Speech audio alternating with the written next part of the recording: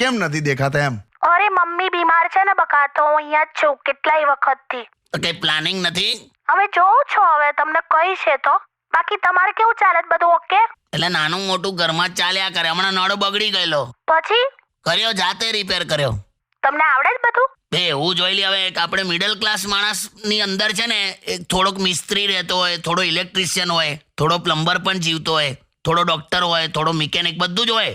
હા બધું જ હોય, પણ જમવાનાનું શું કરો છો? પછી પેલા લોજમાંથી મંગાવો છે રોજ? ના, લોજમાંથી તો નહીં. હવે આ નિમિષા ખરી ને, કોણ નિમિષા? કેમ આપણી સામેવાળી નિમિષા, હા તો એટલે જમવાનું તો નિમિષા આપી જાય છે 3 ટાઈમ. તમને જમવાનું નિમિષા આપી જાય છે? અને બહુ સરસ બનાવે છે, તું નહીં માને. 3 ટાઈમ જમવાનું તો આપી જાય, અને પાછી એવું પણ કે તમને કે અડધી રાત્રે પણ મારી જરૂર પડે ને તો મને યાદ કરજો. એટલે મને ઓવરઓલ કઈ તકલીફ નહીં એમ.